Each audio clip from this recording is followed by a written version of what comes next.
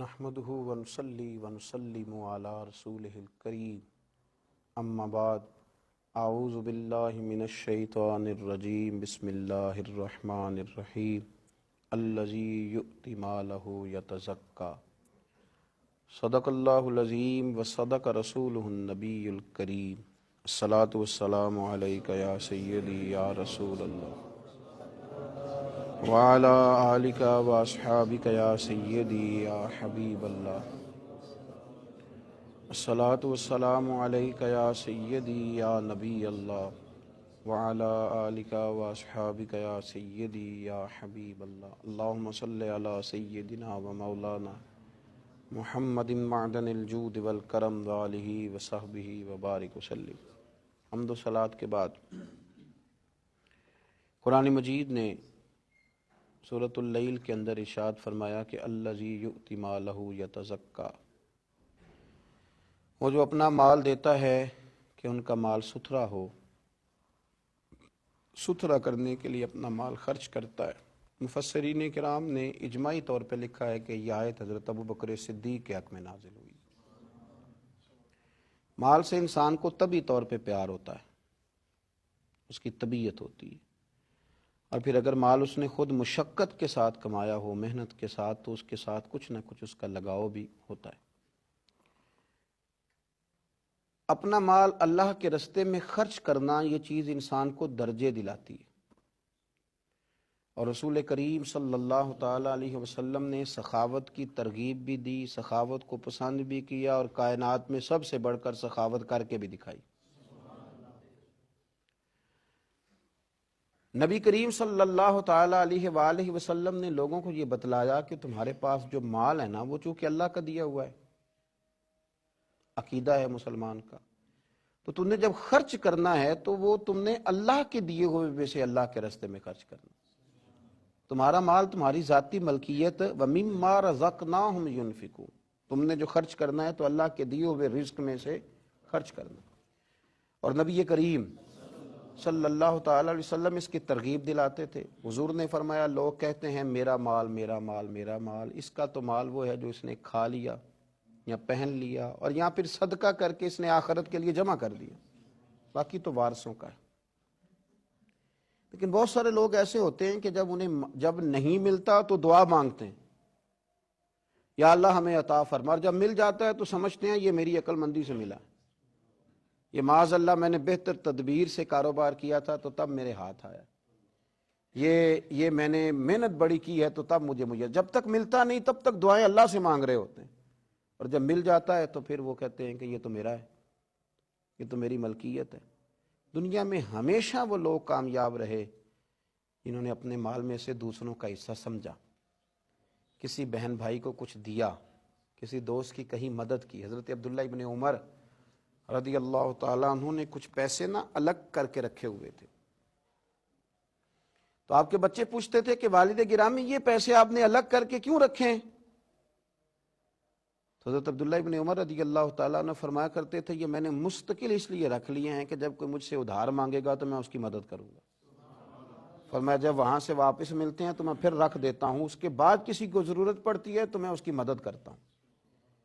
انسان کا یہ مزاج ہو، اس کی یہ طبیعت ہو کہ مجھے خرچ کرنا ہے۔ جناب ابوبکر صدیق رضی اللہ تعالیٰ عنہ مالدار آدمی تھے، محنت کرتے تھے، کوشش کرتے تھے، جد و جہد کے ساتھ انہوں نے مال کمایا تھا، پر جس طرح کمایا پر اس سے کہیں بڑھ کے راہ خدا میں خرچ بھی کیا،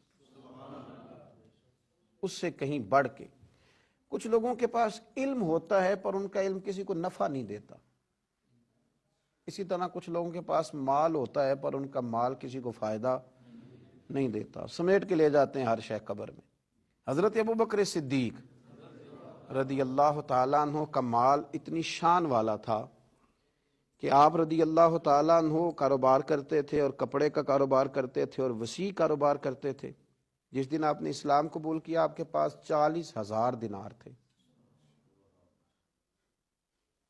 پھر سمجھے میری بات، 40,000 دینار بہت بڑے امیر آدمی کے پاس ہوتے تھے۔ 40,000 دینار تھے، کچھ نے درہم بھی لکھے ہیں، 40,000 تھے،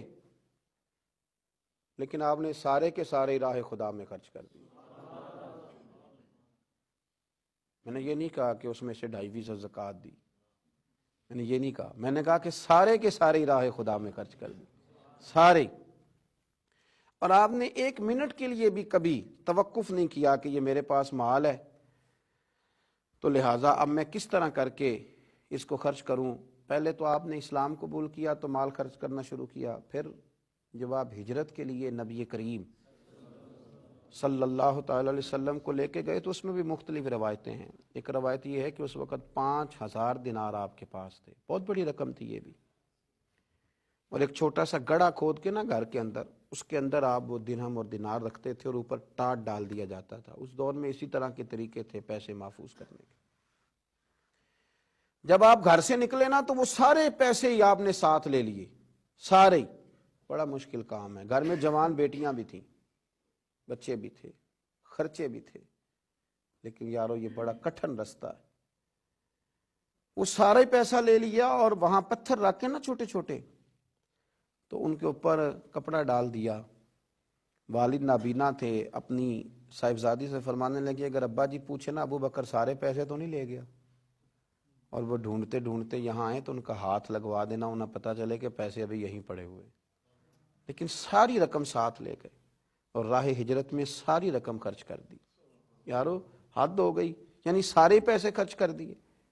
میرے نبی کریم صلی اللہ تعالی علیہ وسلم نے اعلان فرمایا، غزوہ کے لیے، جنگ کے لیے، جہاد کے لیے، قحط کا زمانہ تھا، لوگوں کے پاس کھانے کو روٹی نہیں تھی۔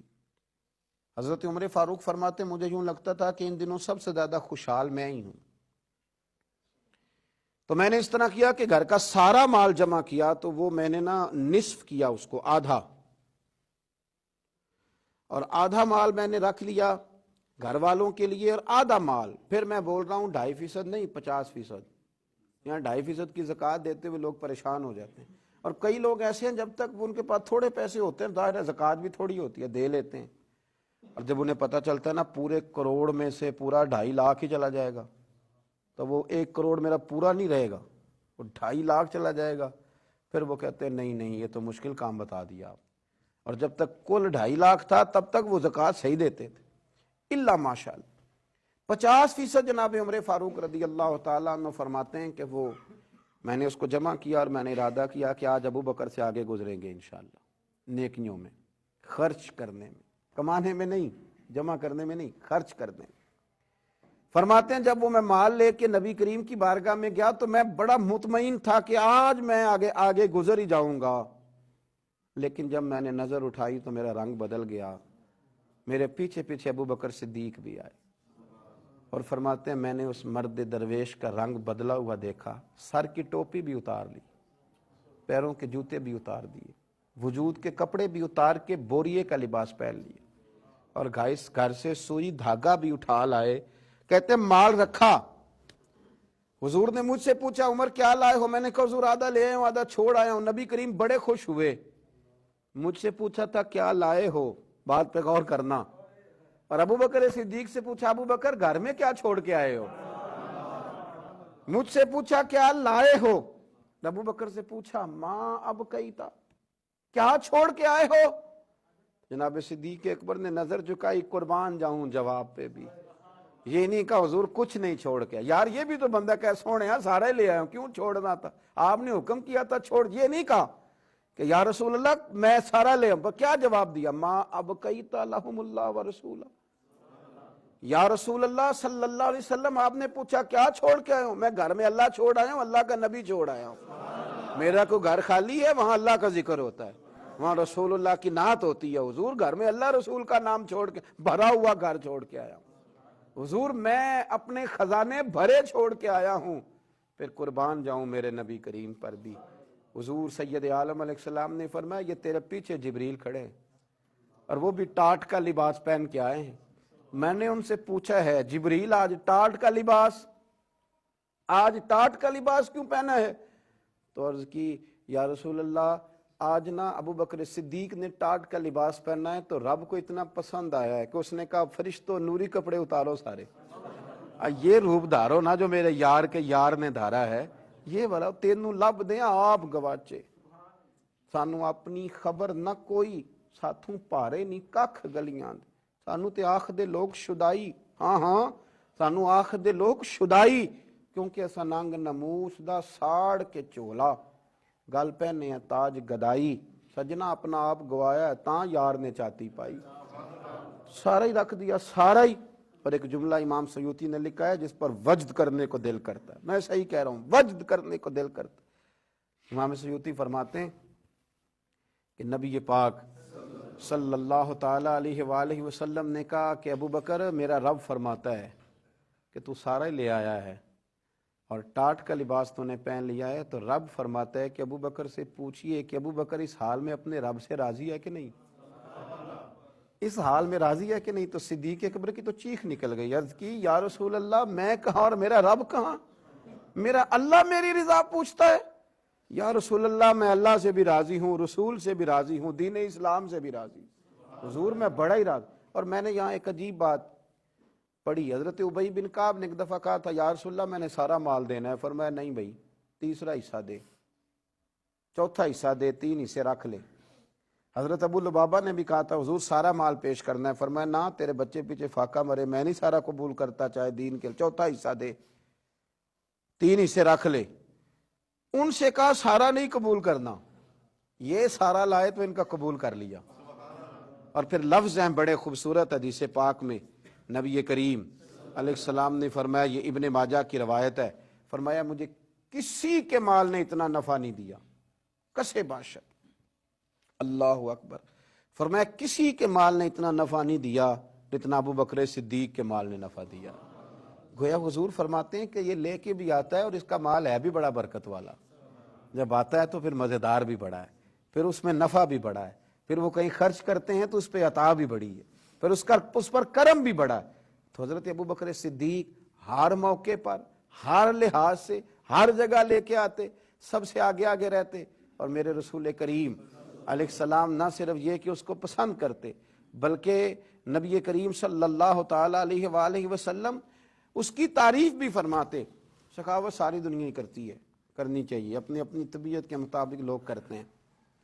اور حضور نے تعریف بھی فرمائی, فرمایا یہ جو سخی ہوتا ہے نا یہ اللہ کے بھی قریب ہوتا ہے, جنت کے بھی قریب ہوتا ہے, اور اللہ کی مخلوق کے بھی قریب ہوتا ہے. فرمایا یہ جو کنجوس ہوتا ہے نا یہ اللہ سے بھی دور ہے, جنت سے بھی دور ہے, اور بندوں سے بھی دور. پوچھتے رہتے ہیں روٹی کھانی ہے کہ نہیں, کھلاتے ہی نہیں, بار بار پوچھیں گے طبیعت کیا چاہتی ہے, بھئی آپ چھوڑے. یہ کنجوس لوگوں کا طریقہ ہے.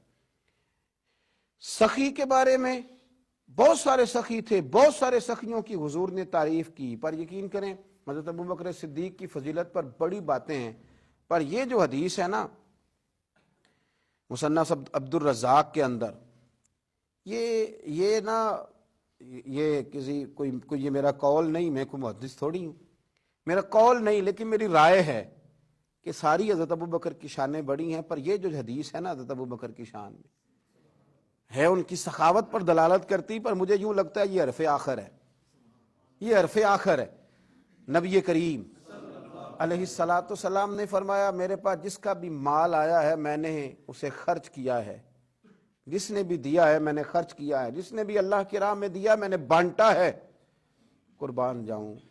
یہ بھی انداز ہوتا ہے محبت میں, یہ بھی کسی کو اعزاز ملتا ہے. اللہ کے رسول فرماتے ہیں جب ابو بکر کا مال آیا ہے نا تو میں نے صرف بانٹا نہیں, وہ میں نے اپنا سمجھ کے خرچ کیا ہے, وہ میں نے اپنا سمجھ کے تصرف کیا ہے, وہ کسی غیر کے نہیں, یہ تو میرے اپنے پیسے ہیں. اللہ کرے آپ کو سمجھ آئے. اعلیٰ حضرت فرماتے ہیں نا میں تو مالک ہی کہوں گا کہ ہو مالک کے حبیب, یعنی محبوب و محب میں نہیں میرا تیرا. نبی پاک صلی اللہ علیہ وسلم نے فرمایا مال سب کا آیا ہے, پر جناب ابو بکر صدیق کا آیا ہے تو میں نے اسے اپنا مال سمجھ کے خرچ کیا ہے. اتنی بڑی بھی کوئی سخاوت کرتا ہے. مال ساری دنیا کے پاس ہوتا ہے, پر کیا فائدہ اس مال کا جس کو زنگ لگ جائے, اس کے بعد بچے لڑیں. مال وہی اچھا ہے جو ہمارے بچے بھی کھائیں اور غریبوں کے بچے بھی کھائیں, جو کسی کے کام آئے. اللہ تعالی ہمیں ان بزرگوں کے نقش قدم چلنے کی توفیق